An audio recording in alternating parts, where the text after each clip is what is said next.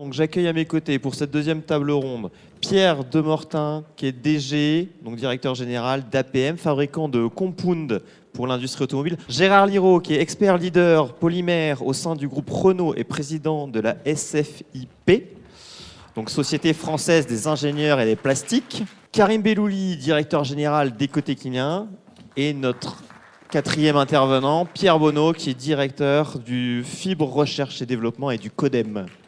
Alors on va commencer avec Pierre Demortin. Alors Pierre, donc vous êtes directeur général d'APM, fabricant de compound pour l'industrie automobile. Qu'est-ce que vous faites en fait? C'est quoi APM et c'est quoi votre métier? Bonjour à tous. Je vais vous raconter un peu une histoire dont la finalité n'est pas forcément de vous expliquer que tout est facile.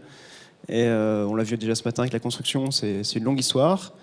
C'est une histoire qui a été permise aussi par la résilience d'acteurs comme Interval et sa filière Eurochanvre depuis 2002.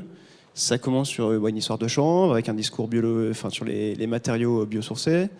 Et ça se poursuit en fait avec la rencontre de deux mondes entre l'automobile et les chanvrières sur justement d'un côté l'amont avec la fourniture des bonnes fibres et en aval comprendre qu'est-ce qu'on va pouvoir en faire en termes applicatifs de façon assez précise, donc notamment dans l'automobile.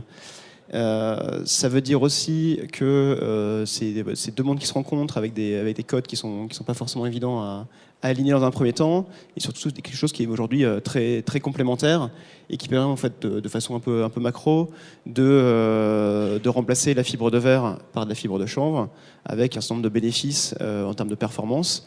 Et en fait finalement on est passé d'un discours qui était au départ très, très biosourcé à un discours de performance et de bénéfices pour l'utilisateur final et qui a permis donc de créer cette co-entreprise à 50-50 qui justement montre bien aussi l'équilibre de ce qui a été mis en place de façon en fait à offrir des produits qui auraient du sens pour le marché. Et donc notre métier au quotidien, ça va être en fait de mixer des fibres de chanvre avec des plastiques de façon en fait à ce que dans un système automobile complet, ça puisse en fait faire le job comme on dit. Donc vous êtes vraiment aujourd'hui le lien entre l'amont agricole et l'utilisateur, les constructeurs, et vous êtes le maillon qui va permettre d'avoir ces deux mondes qui puissent échanger et produire des choses innovantes à proposer donc, dans l'automobile.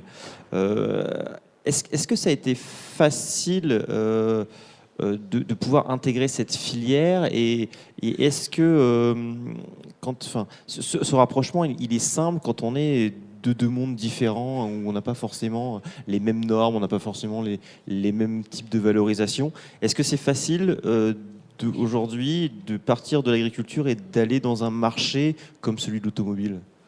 Alors, très clairement, moi, au départ, je suis issu de ce milieu automobile, donc j'ai eu justement plaisir à remonter cette filière quelque part, puisque à chaque fois, ça a reposé la question de qu'est-ce qui fait que ça a du sens.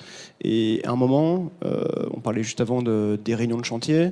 Des réunions de chantier dans l'automobile, on en a tous les jours aussi. Et effectivement, le fait qu'on ait prévalidé tout ce qu'on a voulu faire dans l'automobile, aujourd'hui, un développement de véhicules, c'est entre 18 et 24 mois. C'est-à-dire qu'on n'a pas le temps d'inventer. On n'a pas le temps de dire un peu plus à gauche, un peu plus à droite, comme on disait tout à l'heure. On est dans l'exécution de quelque chose qui est prévalidé et sur lequel, très clairement, on doit rassurer nos clients. Et je pense que Gérard Liraud pourra en parler là-dessus. Et c'est justement le fait qu'on ait été très précis sur ce genre de choses. Et quelque part, dans l'ordre, on a commencé par la performance. Après, on a proposé l'allègement. Et quelque part, le troisième volet qui est biosourcé, renouvelable, recyclable, c'est un peu le bonus. Et donc, l'argumentaire de conviction, il se fait avant tout sur la performance. Et c'est à ça qu'on s'est d'abord attelé. Et qui dit aussi performance, dit aussi être capable de l'exécuter industriellement. Et c'est là aussi que l'intégration dans une co-entreprise avec la coopérative Interval a permis qu'on se comprenne bien et qu'au quotidien, en termes de quantité et de qualité de fibres de chanvre, on sache où on est et comment on sécurise des millions de véhicules qu'on met sur les routes. Oui, c'est d'imposer les normes de l'automobile à une coopérative agricole, ça doit pas être simple. C'est dans on est dans la conduite du changement, dans cette volonté aussi d'avoir des nouveaux codes, des nouveaux façons de valoriser les produits. On n'est pas sur les marchés. Alors en fait, justement, c'était l'opportunité déjà de se rendre compte que l'agriculture est très structurée, hein, et que les filières de qualité, ça existe. Ça fait justement partie de l'ADN de la coopérative actionnaire chez APM. Et finalement, c'est aussi sur la connaissance des codes en aval de l'automobile. C'est quand on connaît les codes qu'on peut commencer à jouer avec. Voilà, ayant précédemment fait justement des développements de programmes, on va dire, standards, j'ai refait face à des gens que je connaissais précédemment et en leur disant voilà, c'est ça que je vous propose et ça fonctionne. Et on voit que c'est pas facile en fait. Il y a un travail de conviction sur tous les éléments finalement de cahier des charges. Dans l'automobile, il y a quand même des choses un peu sympas comme des vieillissements de 500 heures à 120 degrés. Un déploiement airbag, c'est quand même 150 litres qui se déploient en 20 millisecondes à moins 30 et à plus 80 degrés. Il y a des choses qui sont un peu complexes à gérer. Et finalement, la conduite du changement, elle a été aussi beaucoup en aval, de façon en fait à prévalider toutes ces choses-là, y compris aussi dans la mise en œuvre. C'est pas juste le produit, hein, c'est aussi le process. On va pas non plus arriver avec des biomatériaux, des matériaux biosourcés, en disant faut changer toutes les presses à injecter du monde et il faut rajouter autant d'investissements. Enfin, ça n'existe pas comme monde. Donc c'était à nous d'abord de nous adapter et de faire cette pédagogie sur le fait que c'était possible et ça a été prévu pour quelque part. Après, forcément, dans un premier temps, ça n'engage que nous. Et après, ça à nous aussi de faire ce travail de conviction pour que les autres aussi y adhèrent. Et on le voit, alors isoprocess, on est d'accord. Et ce que j'entends, c'est qu'il faut qu'on amène de la performance. Parce que ces matériaux sont aujourd'hui vus, et on le verra avec Gérard Liraud tout à l'heure, par les constructeurs comme étant de nouveaux matériaux dans le panel des matériaux. Et l'idée, c'est que si on n'amène pas de performance, on passe pas. La performance, elle n'est pas du fait qu'on est biosourcé. C'est pas la condition de la matière qui fait la performance, c'est parce qu'on amène de l'allègement, on amène des choses. Quelles sont en termes de performance aujourd'hui, les performances qu'amènent vos compounds par rapport aux compounds qui existaient sur le marché? Alors aujourd'hui, notre marque phare s'appelle Nafi Lean. Donc Lean, c'est comme le juste nécessaire, on va dire la sobriété heureuse en termes automobiles. C'est comment on répond à un cahier des charges sans en rajouter, puisqu'en fait, forcément, si on fait de la surqualité ou de la surperformance, ça a un poids et un coût associé. Donc notre travail, ça a été très clairement de répondre à un cahier des charges et de le faire avec la quantité minimale de matière. Donc, dans le cadre de nos compounds, on a des matières qui sont 7% moins denses et qui en plus ont été prévalidées avec des concepts. C'est plus comme la construction, ce sont des architectures en fait. On propose pas juste une matière, mais une mise en œuvre dans un système automobile.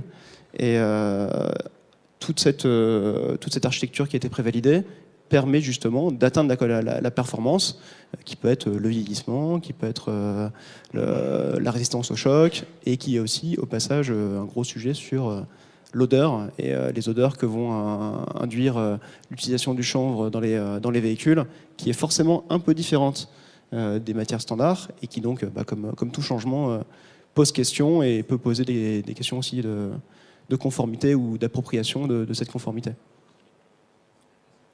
Bien sûr.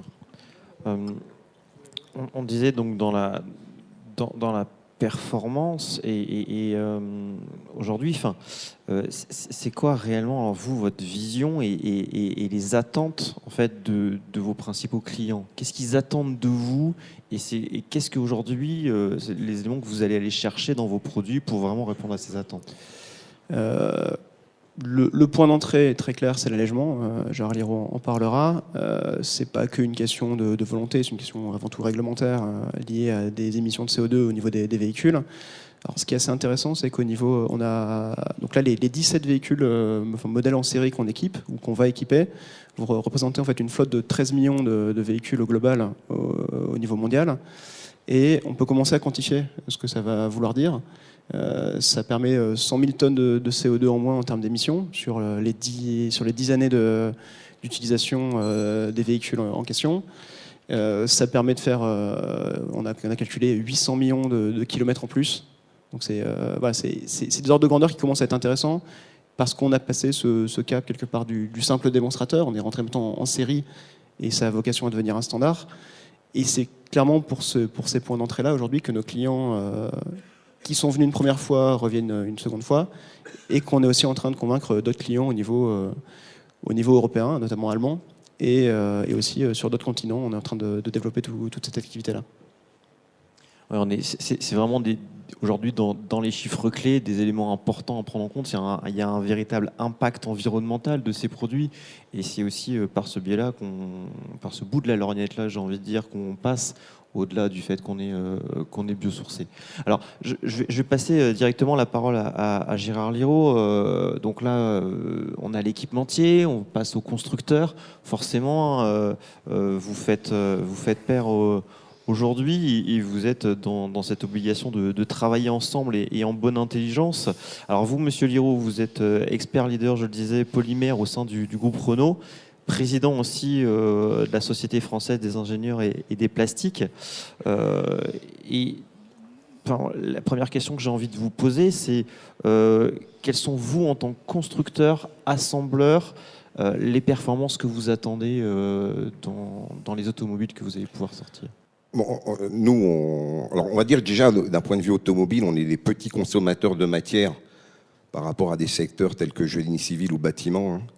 L'Alliance achète, bon an mal an, à peu près 17 millions de tonnes de matière, et dans lequel on va retrouver à peu près 3 millions de tonnes de polymères. Alors polymères, ça peut être des thermoplastiques, des thermodurs et des élastomères. Alors on a défini une stratégie au niveau de l'Alliance qui est relativement simple à expliquer. Donc on a 4 axes sur lesquels on demande à ce que nos matériaux polymères répondent. Donc le premier, c'est l'augmentation de la valeur client. Il ne faut quand même pas oublier qu'une certaine partie des polymères qui sont utilisés dans la voiture servent de décoration sous toutes ses formes, que ce soit des peaux, des films, des peintures. On va demander aussi qu'elles apportent un confort thermique, un confort acoustique, une sensation agréable au toucher. Donc ça, c'est un axe relativement important d'utilisation ou de travail et d'innovation sur les matériaux polymères. Bien entendu, ça ne doit pas se faire au détriment de la durabilité. Il ne faut pas oublier aussi que les polymères sont là pour augmenter la durabilité. On utilise une peinture pour protéger des métaux, faut le rappeler. On va demander aussi qu'elle concourt à améliorer la partie anti-rayures, surtout dans le cadre des véhicules partagés. On va demander aussi qu'elles améliorent la nettoyabilité ou l'anti-salissure du produit, que ce soit intérieur ou extérieur, qu'elles protègent vis-à-vis du soleil, et puis qu'elles permettent aussi d'avoir un certain nombre de qualités de peinture, de transparence ou de profondeur pour la durabilité. Alors bien entendu, il ne faut pas que ça se fasse au détriment du coût ou du prix. Donc on a défini une certaine politique globale au niveau de l'Alliance pour approvisionner ces différentes matières. Donc des matières qui sont référencées dans un panel commun au niveau de l'Alliance.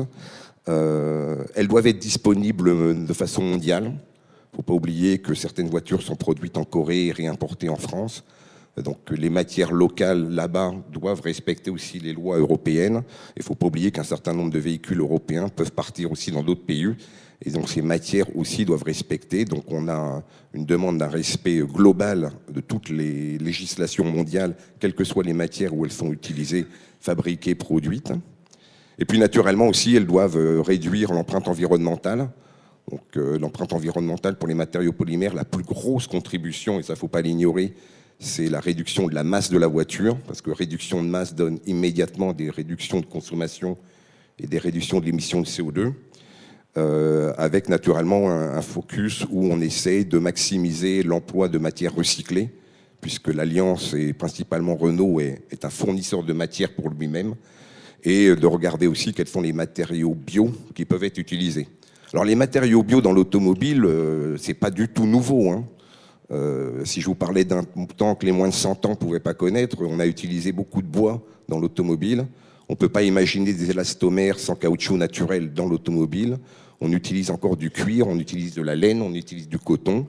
On utilise de plus en plus de résines biosourcées telles que des PC isosorbides ou des PA11 venant de l'huile de ricin. Et donc là, on se met à utiliser fillers, enfin des charges naturelles en lieu et place de charges, on va dire, minérales qui sont beaucoup plus lourdes.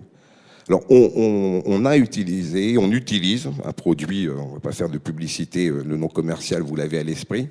Et pourquoi on l'utilise? C'est tout simplement parce qu'on a osé nous le proposer.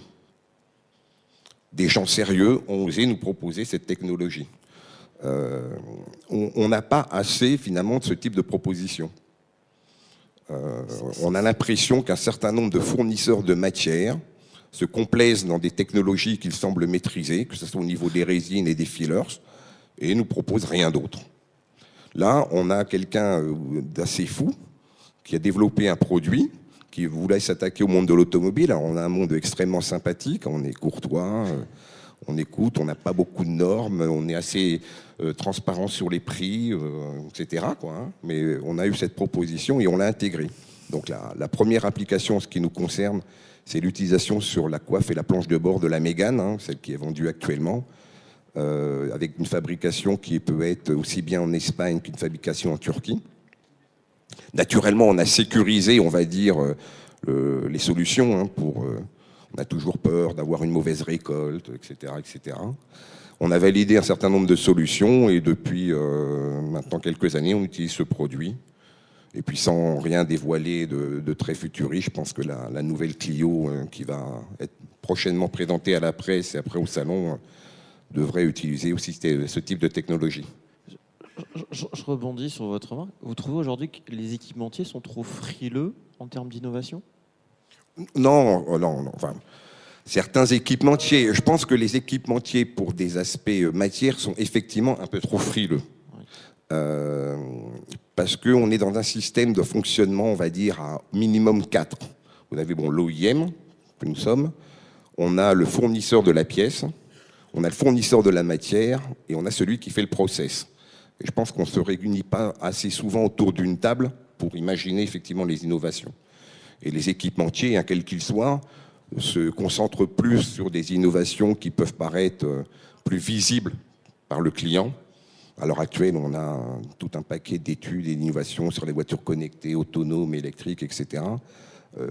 C'est plus difficile pour certains équipementiers, c'est plus difficile pour certains fournisseurs de matières de pouvoir aborder les OIM et par un système triptyque ou réunion à 4 d'avancer sur le sujet. Mais je dirais qu'à partir du moment où on a clairement une valeur ajoutée, que ce soit au niveau d'une valeur client, de la durabilité, de l'empreinte environnementale et du coût, on est prêt à vous écouter. Oser le chanvre, c'est ça, c'est ce qu'on va dire. C'est ce qu'on va dire. On reste dans le chanvre. Alors, pour vous, de votre point de vue, quels sont aujourd'hui, pour le groupe que vous représentez, les bénéfices du chanvre? Et ce qui m'intéresse aussi, c'est comment vous, en tant que groupe, vous communiquez sur ces matières. Est-ce qu'il y a une différence avec les matières historiques ou est-ce que c'est la même chose? Est-ce que ça vous donne des arguments en plus pour vendre vos voitures? Est-ce que comment vous communiquez sur le bénéfice du chanvre, parce qu'on parle du chanvre aujourd'hui, on pourrait dire la même chose sur le lin ou d'autres matériaux. Très clairement, c'est, on va dire, à iso-coût par rapport à la solution finale, c'est de pouvoir permettre de réduire la masse de la pièce. Très clairement. Qui dit masse de la pièce, réduction de masse de la pièce, réduction de la consommation, amélioration de l'empreinte CO2, et donc quelque chose qui se répercute immédiatement pour le consommateur. Ça peut être un bonus-malus au moment de l'achat de la voiture. Bon, déjà, en ayant passé ou en ayant franchi le cap aussi de l'homologation, de la certification de la voiture, que je vous rappelle que toutes les voitures au niveau européen et puis après mondial devront émettre moins de 80-85 grammes de CO2 au kilomètre.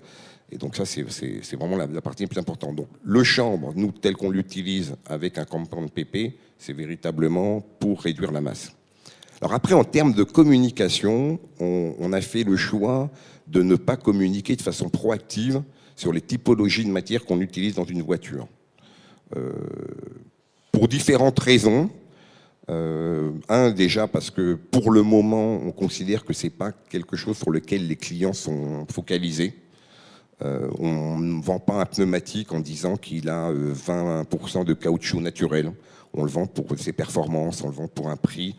mais on ne le vend pas pour sa partie. On ne vend pas principalement une voiture en disant qu'elle a été déjà à 50 ou 60% utilisatrice de matières recyclées. On la vend pour d'autres critères. Donc on ne se cache pas, on sait exactement quels sont les chiffres concernant le pourcentage de matières recyclées utilisées dans une voiture, exactement le pourcentage de matières biosourcées utilisées dans une voiture.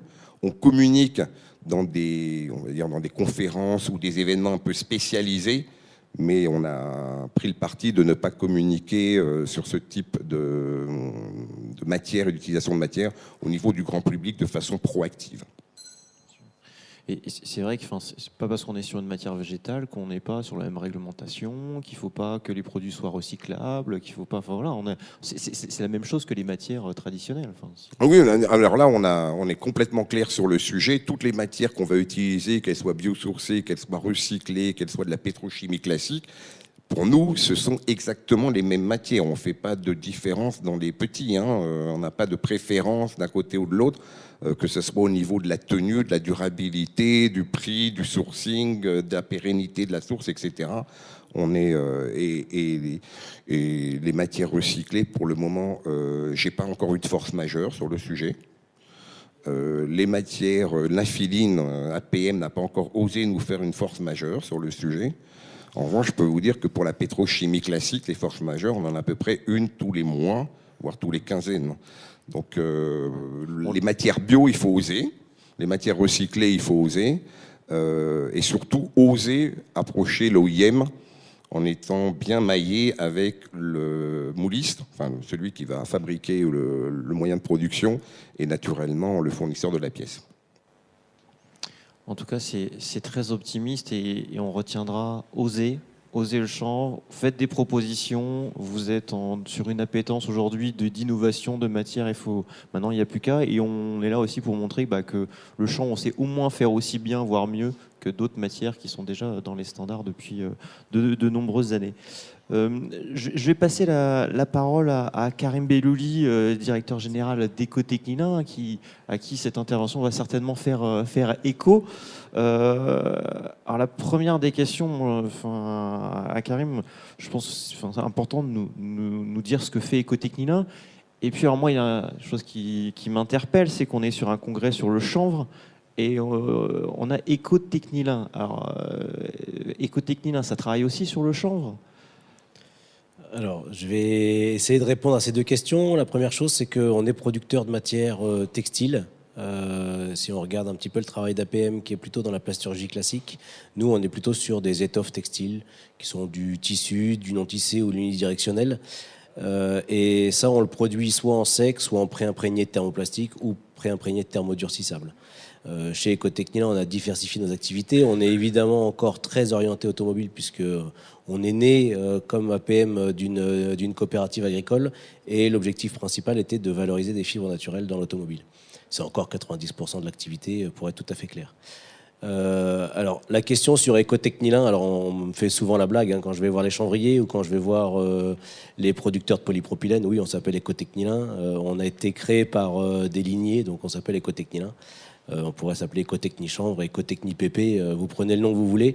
Ce qui est important, c'est de savoir qu'on a diversifié l'approvisionnement de fibres, parce que dans chaque fibre naturelle, il y a des avantages et parfois des inconvénients. Le lin, le chanvre, le jute, le canaf, le sisal sont des fibres qu'on utilise chez nous pour l'intérieur automobile et pour le composite.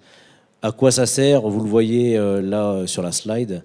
Les fibres naturelles sont reconnues pour leurs compétences au niveau des vibrations. Donc c'est pour ça qu'on les utilise dans le sport et loisirs.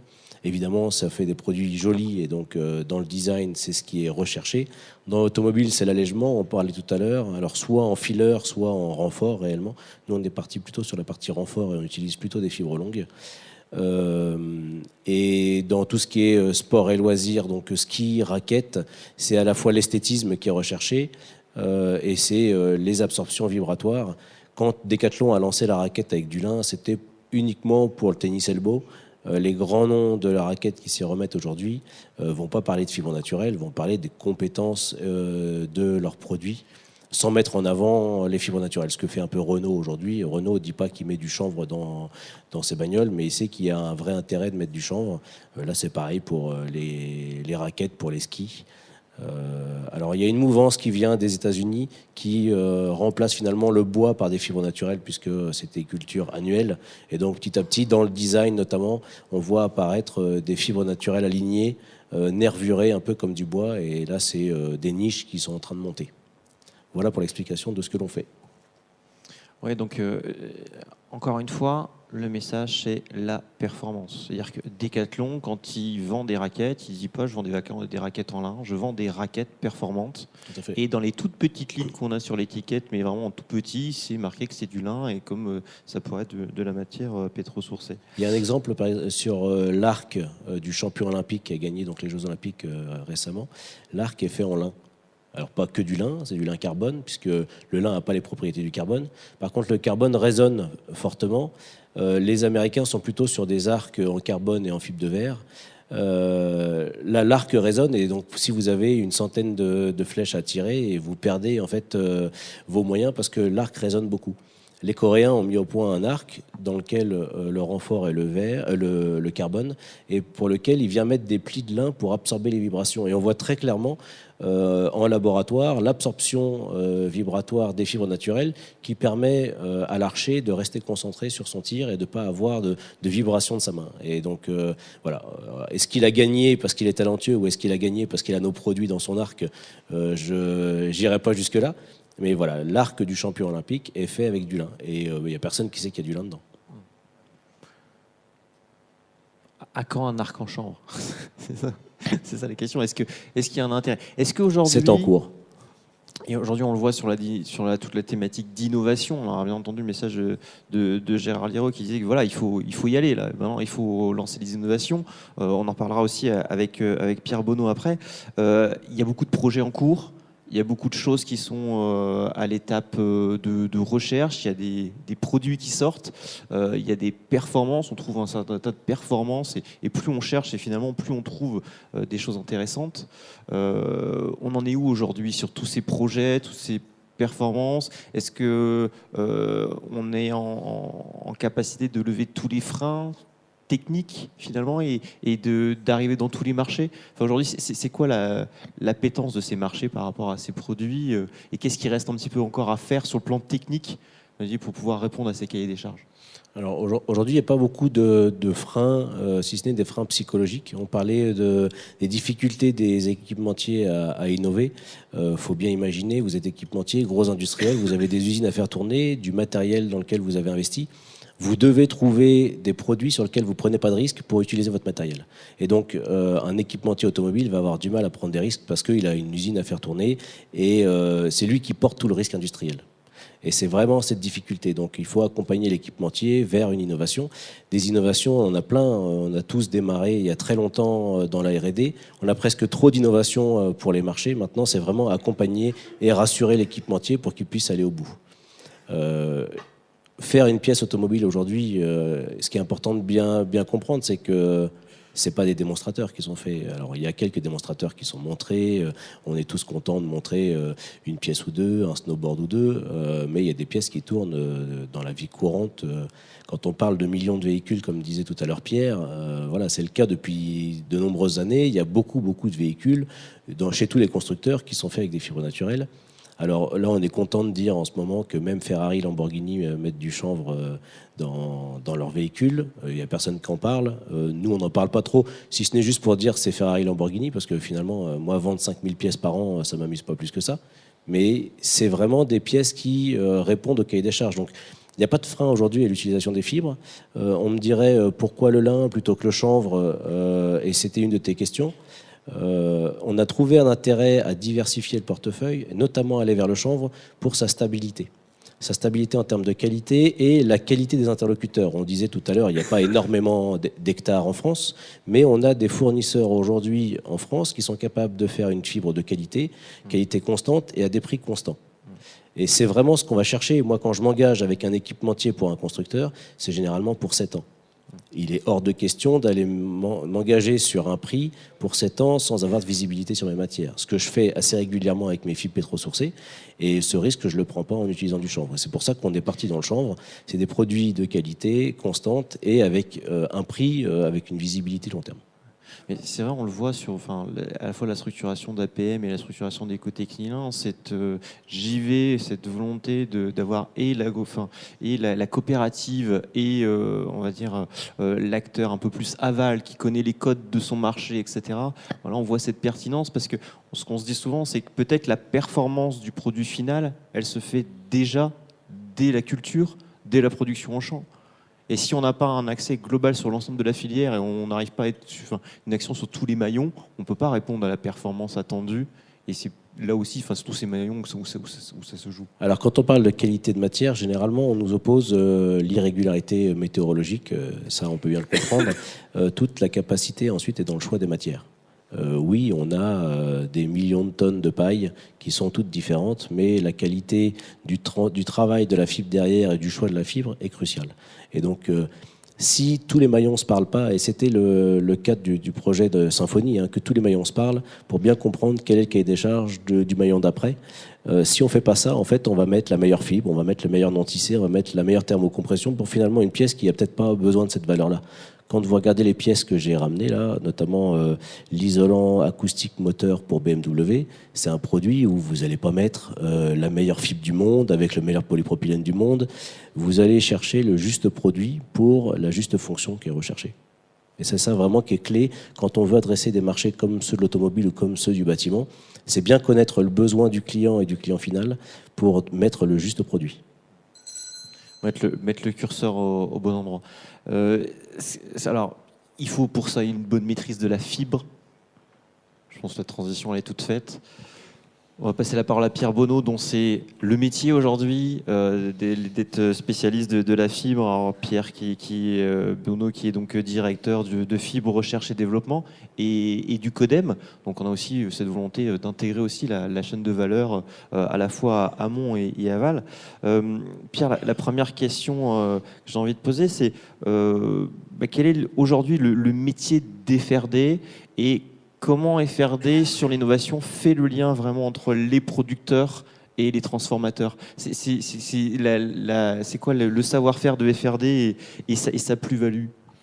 Alors, APM et Ecotechnilin ont un remarquable savoir-faire sur la fibre végétale, déjà, je tiens à le rappeler. Mais nous, on intervient en complément de ce type d'acteurs pour améliorer quand nécessaire les performances et la maîtrise des performances sur ces matières. Donc FRD a investi au cours des 11 dernières années à peu près 9 millions d'euros dans des programmes de R&D opérationnels à finalité industrielle qui ont deux visées. La première, c'est d'optimiser les propriétés de ces matières-là en matière de fractionnement, fonctionnalisation tout particulièrement. La fonctionnalisation, c'est l'apport de fonctions que le végétal et en particulier le chanvre n'a pas naturellement. Et quelque part, on a mimé ce que la fibre de verre a fait en matière d'enzymage. Et le deuxième investissement qu'on a réalisé, c'est sur la maîtrise de la régularité des qualités, tout domaine d'application, et on développe des méthodes de contrôle qualité en continu, utilisables dans des pas de temps industriels, en reproductibilité, rapidité. Voilà, donc on est dans des projets d'investissement d'avenir. Karim a parlé de Symphonie, où on a eu un gros travail de discussion filière pour mettre en place toute une chaîne de valeur de suivi qualité et d'optimisation d'un certain nombre de matières pour certains marchés applicatifs. Et on est partenaire d'APM et de Forestia dans un projet véhicule de litre 100 sur de futures générations de naphthyline, en valorisant et en continuant à optimiser les propriétés différenciantes des fibres de chanvre.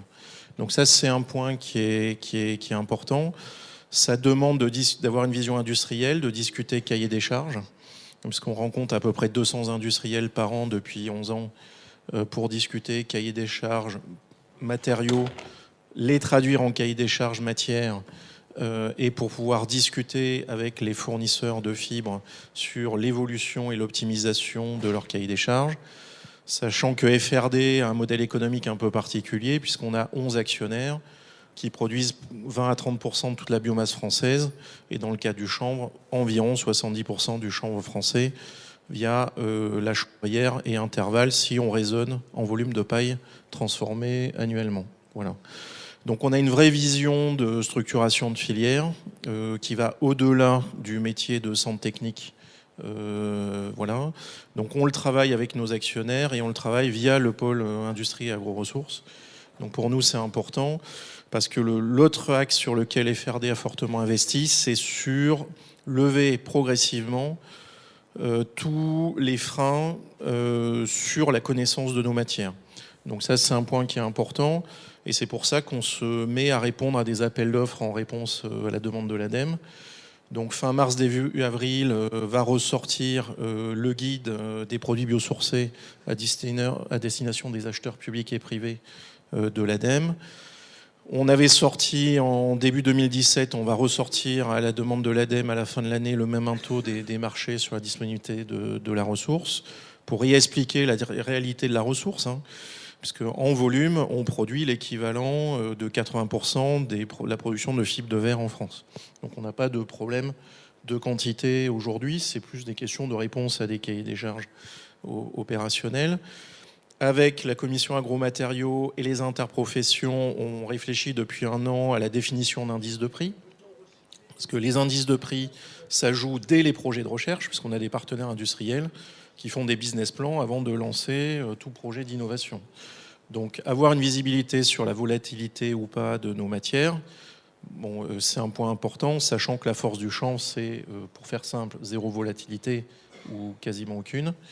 Et deuxième point, c'est, Karim l'a dit, c'est important dans les contrats, puisque même dans l'automobile, il y a des indices de prix internationaux qui permettent d'indexer dans une certaine mesure la variation des matières. Sur nos matières, on n'a pas ce recul en matière d'indices. En tout cas, je parle pour les non-tissés et les usages thermocompression. Donc c'est une demande récurrente d'Ecotechnila depuis des années. On travaille sur l'impact environnemental. Donc c'est important, ça a été présenté par Virginie Le Ravalec de l'ADEME. Mais tout ce qui permet de rendre public l'intérêt de nos matières de manière objective et de sortir des stéréotypes est un point qui est très important au jour d'aujourd'hui. Bon, je renvoie une étude de 2014 qui est en ligne sur le site de l'ADEME sur la fin de vie des matériaux biosourcés, sur les travaux d'APM et de Forestia sur ces sujets qui sont à notre sens remarquables. Et ça a été cité par Gérard Liraud tout à l'heure. Donc voilà, c'est vraiment ce continuum pour vraiment répondre à tous les sujets et continuer à mettre en avant les succès et les réussites.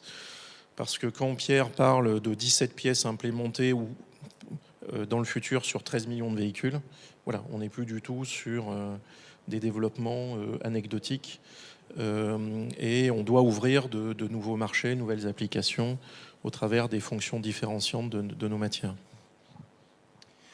Si on fait un petit tour sur c'était les études notamment de l'ADEME, sur les études aujourd'hui existantes, enfin, c'est quoi les grands chiffres aujourd'hui du champ ou des fibres végétales dans la plasturgie et les réelles perspectives de développement? Qu'est-ce qu'on attend ces prochaines années en termes de chiffres?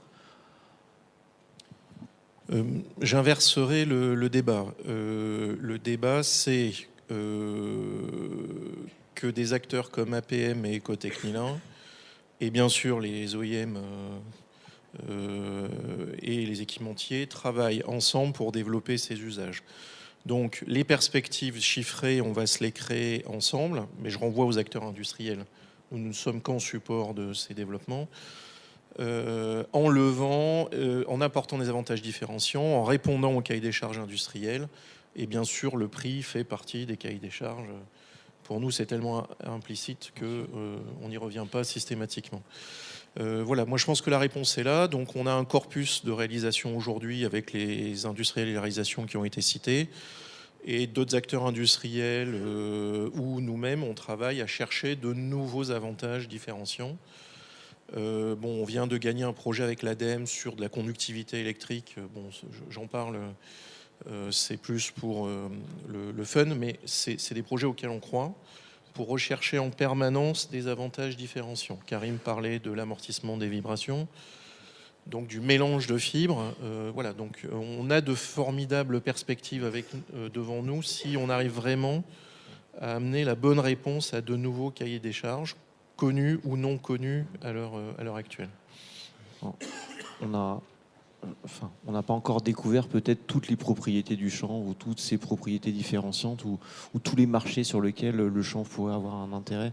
Je pense qu'on est aujourd'hui dans cette volonté de pouvoir expliquer qu'aujourd'hui il y a encore pas mal de développements qui vont pouvoir être réalisés, et si on a de la performance derrière, on passera. Si je résume un petit peu vos interventions, c'est de se dire que si on veut passer du chanvre dans l'automobile, il faut qu'on soit un iso-prix, iso-coût, à peu de choses près, mais il faut qu'on ait ça en tête. Il faut qu'on soit iso-procédé, ça je l'ai bien entendu aussi. Il faut qu'on soit iso-fin de vie, il n'y a pas de raison. La réglementation, c'est pareil pour tout le monde. Mais d'abord, la quatrième chose qu'il faut qu'on soit, c'est iso-performance, voire amener des performances nouvelles, parce que c'est comme ça que derrière nos matières passeront avant le fait qu'elles soient complètement biosourcées. En tout cas, voilà, merci pour cette table ronde. On va prendre des questions des réseaux sociaux. Alors, on va se tourner vers les réseaux. Vous connaissez la règle maintenant. Alors, j'espère que vous avez été prolifique sur ces réseaux. Alors, je me recule parce que c'est écrit tout petit. Alors, question de Jérôme Gallois. Alors, c'est bien, au moins, on sait qui pose la question. Quel volume de fibres peut-on espérer utiliser dans la plasturgie à 5 ans, à 10 ans? Quel autre secteur dans quel autre secteur que l'automobile? Alors, Pierre Bonneau? Il faut être courageux. Hein. Alors, qui se lance? Alors, effectivement, actuellement, on est en croissance. On a ce phénomène où effectivement, on est passé d'une première application avec PSA, Alfa Romeo, et maintenant massivement avec Renault. On a des perspectives de marché qui nous engagent, comme le disait Karim, sur 6-7 ans. Donc, on commence à avoir une visibilité. Après, il ne faut pas non plus qu'on soit dans un phénomène d'engouffrement où on se dit c'est bon, c'est par là que ça se passe et ça va être facile. Chacun des projets reste compliqué à aller chercher. Hein. C'est un peu comme les maisons en chambre. Voilà, chaque projet doit être mûri, etc. Nous, on aura clairement vocation à réinvestir ce savoir-faire, notamment d'avoir des évaluations non pas que de matière, mais plutôt de système, et même maintenant d'animer quelque part un business model global, une économie circulaire où voilà, on a à la fois le chanvre et puis l'applicatif, et on va donc le réinvestir dans d'autres secteurs. Donc c'est pas forcément évident de savoir est-ce que ça tirera autant de volume que l'automobile, qui a la vertu quand même d'avoir des volumes assez importants avec une vraie pérennité sur plusieurs années. L'industrie du sport, l'industrie de l'ameublement, il y a beaucoup de choses encore qu'on est en train d'évaluer. Il faudra certainement qu'on trouve ce qui fait la différence et ce qui a une valeur client. Au-delà de ce discours qu'on a pu avoir un peu entre guillemets naïf, juste c'est biosourcé, donc les gens viendront vers nous. Donc voilà, on est en croissance, on va tirer plusieurs milliers de tonnes de fibres dans les prochaines années. Après, il faut faire justement vérifier, on vient d'en parler, hein, c'est une filière de qualité avec une vision sur les prix, une stabilité sur la qualité, et ça sera aussi des très gros critères de sélection, et ça ne sera pas juste une approche quantitative. Hein. Mais si on arrive à rassurer les acteurs de l'aval et leur montrer qu'on est en capacité de répondre. Je continue la question aussi, parce que la question était aussi un peu plus ouverte. Est-ce que les autres acteurs du transport, autres que l'automobile, sont intéressés par ces matières, et c'est quoi aussi leur perspective? Je pense au ferroviaire, à l'aéronautique par exemple, ou au nautisme. Alors, je vais répondre à cette question juste après. Dans un premier temps, sur la réponse de Pierre, ça va aussi dépendre du prix du pétrole, évidemment. Si le baril de Brent est très élevé, les gens vont vouloir utiliser moins de plastique pur dans le véhicule. Donc, on utilisera moins de plastique si on le renforce par du chanvre, évidemment. Et si le carburant est cher, on va aussi demander encore plus de véhicules légers. Donc, on va avoir clairement, si le baril de pétrole reste à $60, $70, ce ne sera pas la même chose que s'il monte à $140. On parle souvent de l'effet ciseau, mais c'est vrai qu'on l'attend un peu, l'effet ciseau. Tout à fait, oui. Sur les autres transports, alors nous, quand on parle automobile, on n'est pas que dans l'automobile, hein, on est aussi dans le bus, dans le camion. Le camion est un gros client pour nous. Le camion, historiquement, était surtout sur la fibre de verre, commence à changer. On voit que les gros utilisateurs, c'est des grosses pièces hein, dans le camion. C'est aussi la grosse différence avec l'auto. Quand on fait un pavillon du Renault Truck, ça prend un peu de place, quoi, ça fait du bruit. Donc ça, c'est un gros marché pour nous, parce que je ne l'ai pas dit, on ne fait pas que la fibre naturelle, on fait aussi de la fibre de verre. Et on sent que nos clients commencent à vouloir impulser les fibres naturelles dans ces utilisations-là. Dans l'aéronautique, on a une première application qui vole aujourd'hui. On espère faire des petits et on devrait relancer la production du chariot de desserte dès les prochains mois. Dans le ferroviaire, on se regarde. C'est long de prendre des décisions dans le ferroviaire. Dans l'aéronautique, c'est énorme, mais dans le ferroviaire également. Et dans l'aérospatial, les gens investissent. On a des projets DGA. Aujourd'hui, c'est que des projets de R&D, mais on voit un intérêt sur des technologies très avancées, de placement de fibres notamment, pour faire des nez de fusée. Et quand on pose la question, très honnêtement, c'est quoi l'intérêt d'aller au bout ? Eh ben, on trouve plein d'intérêts à mettre de la fibre naturelle plutôt que d'autres produits sur la durabilité, sur l'écran thermique. Donc oui, les autres transports s'intéressent aussi aux fibres naturelles, clairement. Ouais. On ne s'interdit pas d'être dans la très haute performance aussi sur des produits à partir de chanvre. Alors, une toute dernière question et rapide. On a une question où on demande si on a déjà recyclé en fait des voitures dans lesquelles on avait des pièces biosourcées et est-ce que ça se passe bien de recycler des pièces biosourcées ? Comme disait Pierre tout à l'heure, c'est APM et Forestia qui ont fait la meilleure étude qui existe, donc je donne la parole à Pierre. C'est vrai qu'on a sur ce sujet-là, en fait, on a travaillé notamment avec PSA et Renault sur quelle est l'exigence. Un véhicule aujourd'hui doit être démontable à 95%.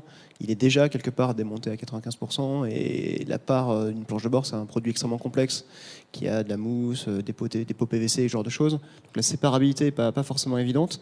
Ceci dit, donc sur les pièces plastiques elles-mêmes, on a fait l'exercice d'injecter 1000 planches de bord. Donc uniquement avec nos matières, avec du chanvre. On les a intégralement broyées. On a tout donné à un acteur majeur de la filière de recyclabilité des plastiques en France. Et en fait, ils nous ont certifié qu'en faisant rentrer environ 10% de cette part de matériaux biosourcés dans leur production, on ne perturbait pas en fait le profil technique de ce qu'ils mettaient ensuite sur le marché. Et donc ils ont considéré que, contrairement aux fibres de verre, la fibre naturelle aujourd'hui est considérée comme recyclable, telle qu'elle est intégrée aujourd'hui dans nos compounds à 20%. Maintenant, je vais passer la page. Moi, je vais compléter avec une vision un peu plus globale, parce que biosourcé, il n'y a pas très longtemps qu'on recycle les pneus, hein, qui était quand même une plus grosse partie du biosourcé. Donc maintenant, ça, il n'y a plus. Enfin, vous connaissez l'histoire. Je pense que vous avez vu des reportages par rapport à l'utilisation qui est faite des pneumatiques après recyclage. À mon avis, on ne recycle pas le cuir. Pourtant, c'est quand même une matière aussi biosourcée qu'on utilise beaucoup dans les voitures. Et on a quand même du mal à recycler le coton et la laine. Mais, comme je l'ai dit en préambule, quelle que soit l'origine de la matière, qu'elle soit vierge, qu'elle soit déjà recyclée ou qu'elle soit bio, on la traite de la même façon et on a bien mis en place tous les leviers et les verrous pour à la fin ne pas pénaliser le taux de recyclabilité d'une voiture. Donc, ça a été précisé, on connaît quel est le pourcentage maximum de fibres de chanvre ou de lin qu'on doit mettre dans une voiture pour ne pas perturber le reste de la filière. Maintenant, plus ce pourcentage sera important, plus la filière ou les recycleurs vont trouver aussi des solutions pour valoriser. En ce moment, le PP chanvre, il est uniquement recyclé dans du PP classique. Si un jour on pense avoir 50% de PP avec du chanvre, on lui trouvera une filière bien spécifique, on le recyclera. Il n'y a pas de problématique par rapport à cela. C'est pas parce qu'on est il n'y a pas à en avoir. Voilà, on n'est pas forcément biodégradable, on a l'habitude de le dire, et c'est pas parce qu'on n'est pas biosourcé qu'on peut pas être derrière recyclé. En tout cas, merci à tous les quatre. Je pense qu'on peut les applaudir à nouveau.